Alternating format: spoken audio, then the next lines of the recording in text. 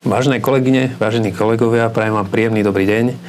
Na dnešnú prezentáciu v rámci spolupráce spoločnosti POL s ČVUT v projekte Technický štvrtok som pripravil projekt s názvom Stavby pro energetickú infraštruktúru, stavba 1 Hangár G, kolektor a trafostanice TS Sever. Aj keď sa jedná už o našu tretiu prezentáciu v rámci tohto projektu, dovolím si uviesť ešte niekoľko základných informácií k našej spoločnosti. Sme univerzálna česká stavebná spoločnosť so sídlom v Roztokách u Prahy. Pôsobíme v rámci odštepných závodov v zásade v celej Českej republike, hlavne ale v Prahe a Stredočeskom kraji, a to cez naše závody Roztoky a odštepný závod Dopravné stavby, ďalej na Plzeňsku a Moravskom Sliezskom kraji, kde majú sídla naše odštepné závody Opava a Plzeň. Venujeme sa fakticky všetkým segmentom, pričom závody Roztoky, Plzeň a Opava realizujú hlavne pozemné a vodohospodárske stavby a závod Dopravné stavby realizuje hlavne cestné stavby a podzemné stavby. Moje meno je Martin Tutka a som riaditeľom odštepného závodu Dopravné stavby. Ako som už spomenul, predmetom dnešnej prezentácie je stavba, ktorá sa nachádza v oblasti letiska Václava Havla v Prahe. Konkrétne sa podrobnejšie budem venovať potom časti, ktorú sme v uplynulých dňoch dokončili, a to je razená časť tohto kolektoru. Samotná stavba sa realizuje od 9. mesiaca 2024 a bude ukončená v 8 mesiacich tohto roka. Investorom je letište Praha akciová spoločnosť. Projektovú dokumentáciu spracoval Metroprojekt a Ingutis a realizačnú dokumentáciu konkrétne pre zhotoviteľa, ktorým sme boli my spoločne so spoločnosťou Metrostav, spracoval Ingutis, spoločnosť s rušením obmedzeným. Na tomto slajde môžete vidieť letisko Václava Havla. My tú stavbu realizujeme nie priamo v tzv. SRA zóne, to znamená Security Restricted Area, kde je zložitý prístup. Naša časť bola z tejto oblasti vymedzená a napájame sa na súčasný objekt kolektoru a ukončujeme v objekte trafostanice. Na tomto slade je to označené ako Š11. Ďalej bude v budúcnosti tento kolektor pokračovať do oblasti juh. Čo sa týka samotného letiska, toto pripravuje zásadné rozvojové projekty pre zvýšenie svojej kapacity. Bude sa dobudovávať terminál 1, terminál 2. V budúcnosti by malo dôjsť k zmene, kde vlastne z terminálu 1, kde dneska sa lieta mimo Schengen, tak sa bude lietať v Schengene, a naopak v termináli 2 zase budú pokračovať lety mimo šengenský priestor. V súčasnosti sa spracováva alebo pripravuje PPP projekt na privedenie železnice do oblasti letiska. Ostatné projekty budú smerované na celkovú modernizáciu, zvýšenie komfortu a zrýchlenie odbavenia a samozrejme aj projekty zamerané na životné prostredie a efektívnu prevádzku. Samotná stavba kolektoru je rozdelená na hlbenú časť, razenú časť a objekt trafostanice. Na tomto slajde môžete vidieť vzorový rez hlbenej časti, ktorý je štvorcového profilu. Vo vnútri sú potom uložené nosiče, na tých nosičoch kabely, kanalizácia a ďalšie médiá. Tá časť stavby, ktorú sme my ako partner spoločnosti Metrostav realizovali, je razená časť. Samotná razená časť má zhruba 270 metrov.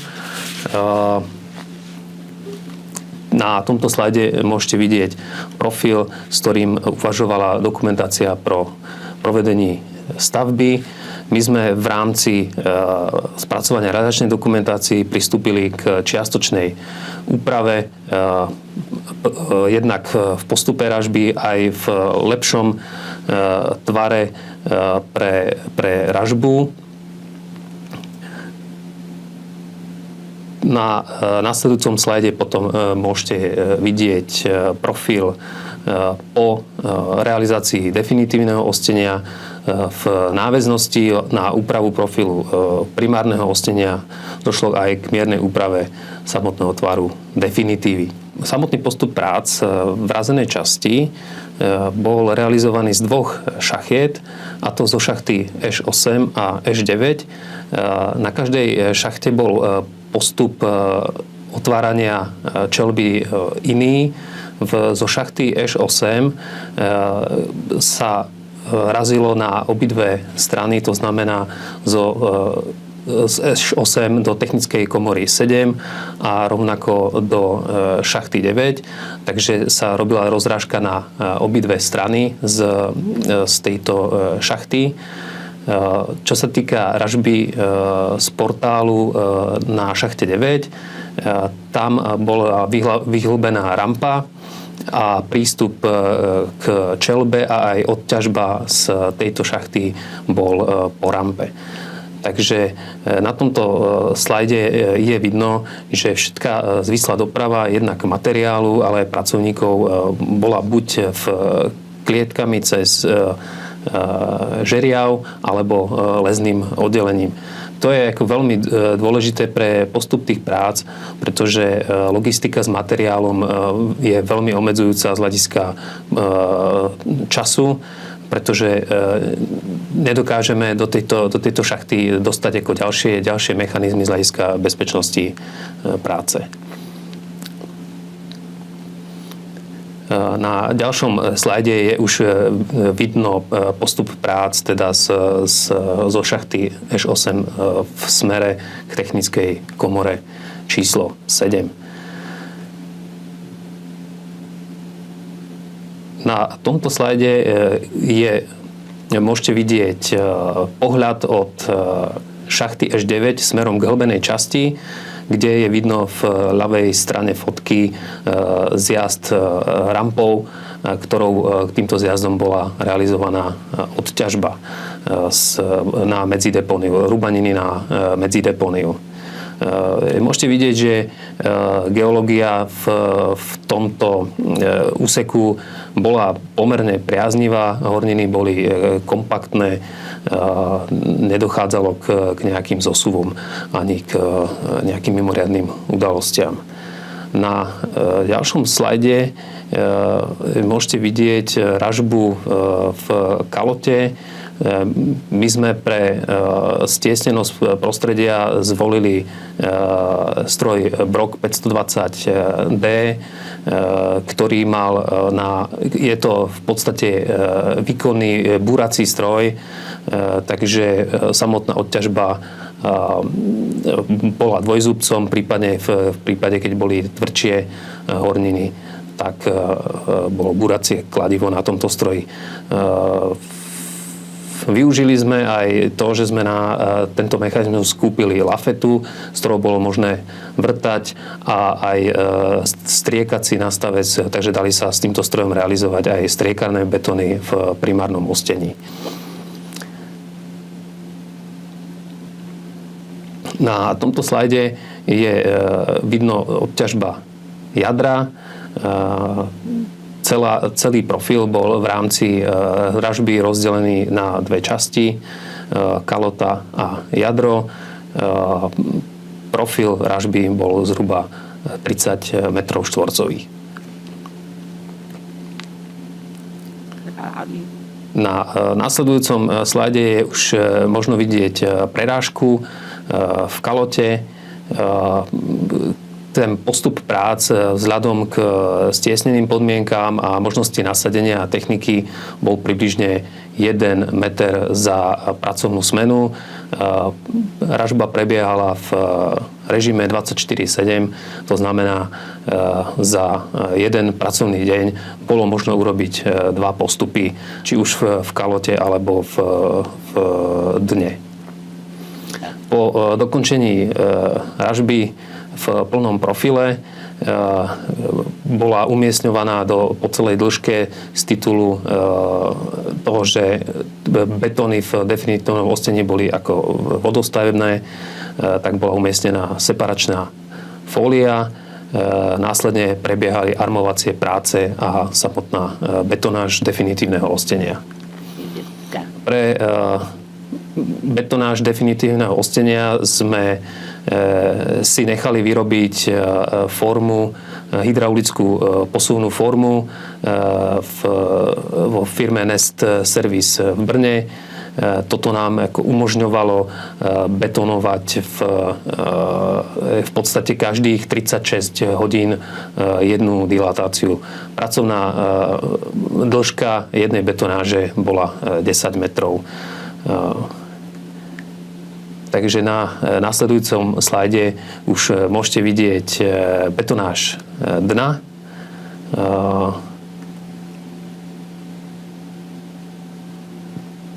Potom, ako bolo dno zabetonované, museli sme zasunúť bedniacu formu zo šachty 9, kde prebiehala aj montáž.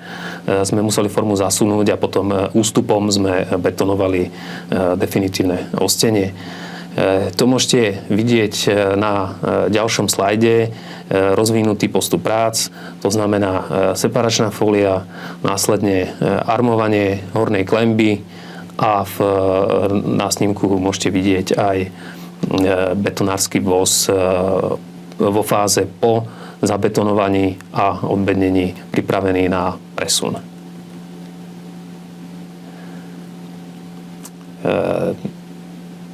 Na tejto fotke je vidno teda predarmovanie v súvislom úseku vzhľadom ku krátkosti času, kde armovanie toho dilatačného celku trvá dlhšie ako samotná betonáž, takže bolo nutné tieto úseky predarmovať.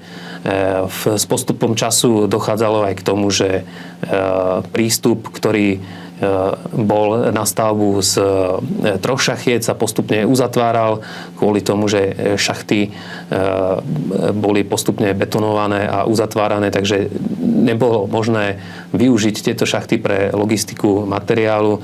Takže v záverečných fázach bolo možné prístup alebo dostať sa k betonáži iba z šachty Š8, ktorá bola v zásade uprostred celého razeného úseku.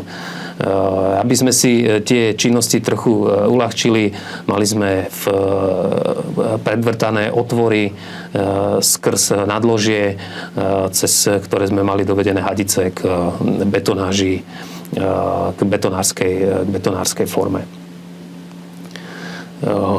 Ten finálny produkt môžete vidieť na nasledujúcom slajde.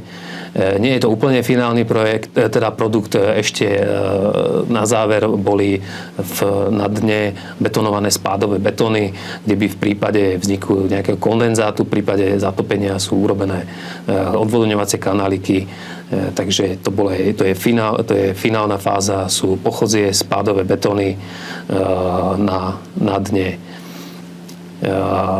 Súčasťou teda nášho plnenia v tejto etape k dnešnému dňu je definitíva vrátane pochodzích betónov dokončená. V súčasnosti prebieha montáž nerezových nosných konštrukcií na umiestňovanie káblov. Na samotné dokončenie stavby bude nutné ešte celý kolektor vystrojiť, nízko napäťovými vedeniami, vzduchotechnikou, vodovodom a kanalizáciou. Do budúcnosti bude kolektor pripravený na dovedenie silovej elektriny do trafostanice TS20. Aby bolo zrejme, že teda spoločnosť SPOL sa podielala na tejto stavbe, tak je zvykom umiestniť matricu či už na mosty, ale aj do definitívy s logom zhotoviteľa. Takže to sa nám v rámci jednej z posledných betonáží takisto podarilo. Záverom by som chcel povedať, že stavby obdobného charakteru, aj keď nie sú viditeľné, pretože z 95% sú podzemov, sú ako nevyhnutné preto, aby mohli pokračovať modernizačné projekty, ktoré na letisku sú pripravené. Samozrejme, tento typ stavieb sa využíva aj vo väčších mestských aglomeráciách, kde sa využíva to, že sa do kolektorov umiestňujú všetky siete. Za mňa bolo veľmi dôležité dať dohromady dobrý tím, ktorý je zohratý.